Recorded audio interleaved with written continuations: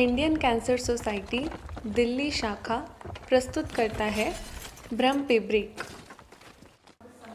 आज हम जानेंगे कैंसर और सच का सामना।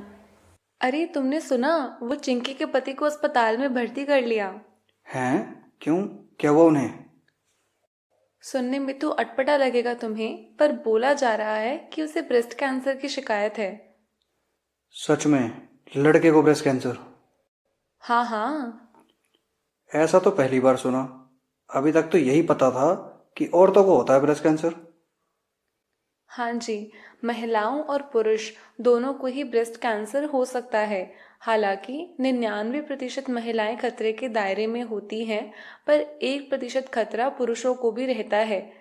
ज़्यादा चर्बी के कारण, या अगर परिवार में पहले किसी को ब्रेस्ट कैंसर की शिकायत हुई हो, और इसके अलावा भी कई और कारण हो सकते हैं, जिसके लिए स्तन स्वयं परीक्षण यानी कि सेल्फ ब्रेस्ट एग्जामिनेशन दोनों ही पुरुष और महिला को हर महीने करना चाहिए। अच्छा अच्छा, अब समझे। बढ़िया। और आज मैं तुम्हें ऐसे ही कई कैंसर से संबंधित सच्चे और झूठे विचारधाराएं साझा करूंगी, तो तैयार हो। इससे पहले मैं कुछ बताना चालू करूं, तुम्हारे कुछ सवाल हैं क्या? हाँ, दो सवाल हैं कि कितना समय लगेगा। मुझे ज़रा एक शादी पे जाना है। अरे रे, ज़्यादा समय नहीं लगेगा, और शादी में तुम्हारे पास गपशप करने के लिए ज्ञान भी होगा आज। हाँ ठीक है। और दूसरा सवाल ये है कि चिंकी के पति को वो अस्पताल क्यों लेके गए? हमारे निजी संपर्क में एक देसी डॉक्टर है, वो बहुत बढ़िया इलाज करते हैं और ज़्यादा पैसा भी नहीं लगेगा। देखो, देसी या ट्रेडिशनल इलाज अपने आप में एक अच्छा और नेचुरल इलाज हो सकता है, लेकिन वैज्ञानिक सबूतों या साइंटिफिक रिसर्च और स्टडीज़ के हिसाब से कैंसर जैसी सीरियस बीमारी के लिए मॉडर्न ट्रीटमेंट या इलाज ही सबसे बेहतर है।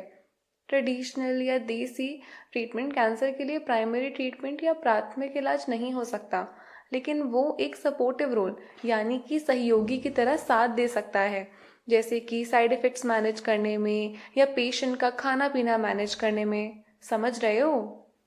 हाँ हाँ। तो मॉडर्न ट्रीटमेंट जैसे कि कीमोथेरेपी, रेडिएशन यानी कि सिकाई, और इम्यूनोथेरेपी कैंसर के लिए महत्वपूर्ण ट्रीटमेंट है। ये उसी तरह काम करता है जैसे एक सुनहरी अंगूठी, जो कि परफेक्ट बढ़िया होनी चाहिए। और अगर उस अंगूठी को और भी अच्छा बनाने की ज़रूरत हो, तो ये देसी इलाज उसे सपोर्ट दे सकता है, उसे और तराश के, जैसे कि मानसिक शांति, मेंटल पीस, थकान या फटीग मैनेजमेंट, और शरीर को थोड़ा आराम दे के। ओहो, अब समझ आया।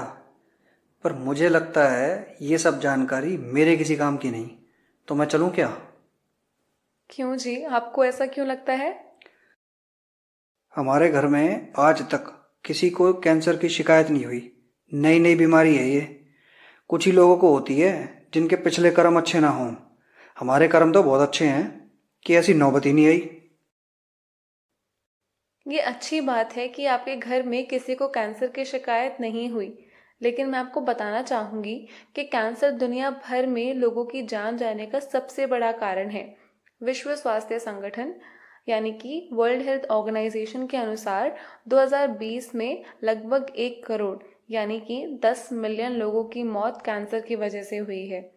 भारत में 2025 तक कैंसर के मामलों में 12.8% वृद्धि होने की संभावना है। इसमें महिलाओं में 42.2% मामले ब्रेस्ट और सर्वाइकल कैंसर के हैं, जबकि पुरुषों में सबसे ज़्यादा कैंसर लंग कैंसर यानी कि फेफड़ों का कैंसर पाए जाने की संभावना है। और दूसरा ये कि आपको पेड़ पौधों की जानकारी है क्या? हाँ हाँ, हमने तो बहुत पेड़ पौधे उगाए हैं। अच्छा जी, कैसे उगाते हैं, थोड़ा सा बताएंगे आप ज़रा? कुछ नहीं, बस मिट्टी, बीज, खाद लो और अच्छी जगह पे उगा दो और रोजाना पानी दो ताकि पौधा बढ़ते रहे। अच्छा, और आप एक दिन मान लीजिए अपने दोस्तों के साथ 2 हफ्ते के लिए घूमने चले गए, वापस आके देखा तो कैसी हालत में मिलेगा आपको पौधा? मुरझाया सा ही होगा। बिल्कुल ऐसे ही हमारा शरीर भी तो है। जब तक खाना पीना सही है और कोई शारीरिक या पर्यावरण रूप से कोई परेशानी नहीं हुई तो हम भी खिले खिले रहेंगे, कोई बीमारी नहीं। पर अगर खाद पानी बंद हुआ तो शरीर भी तो मुरझा जाएगा ना। इसको आप पेड़ का कर्म बोलेंगी या आपकी थोड़ी सी गलती? या मान लीजिए जो आपने बीज उगाया वही सही नहीं था, उसमें कीड़े थे पहले से, तो वो बीज के अंदर में परेशानी हुई ना, या वो भी बीज का कर्म हुआ। कैंसर किसी पिछले कर्म का परिणाम नहीं, बल्कि शारीरिक और वातावरण या एनवायरमेंटल कारणों का अंजाम है। अब आप ये क्या करने लगे? मैं गूगल पे थोड़ा पढ़ रहा था कि कैंसर से बचने के नुस्खे। ओहो, तो क्या कह रहे हैं आपके गूगल बाबा? वो तो कह रहे हैं कि फोन चलाना छोड़ दो, हाँ हाँ, क्यों भला? कि फोन में रेडिएशन होता है और उससे कैंसर हो जाता है। पिंटू साहब, आप ना गूगल से ज़रा इंडियन कैंसर सोसाइटी की ऐप डाउनलोड करिए और आपके सारे प्रश्नों के सही उत्तर पाइए। क्योंकि अगर फ़ोन से कैंसर होने लगता तो आज तो हम सभी अस्पताल में भर्ती होते। बात तो सही है।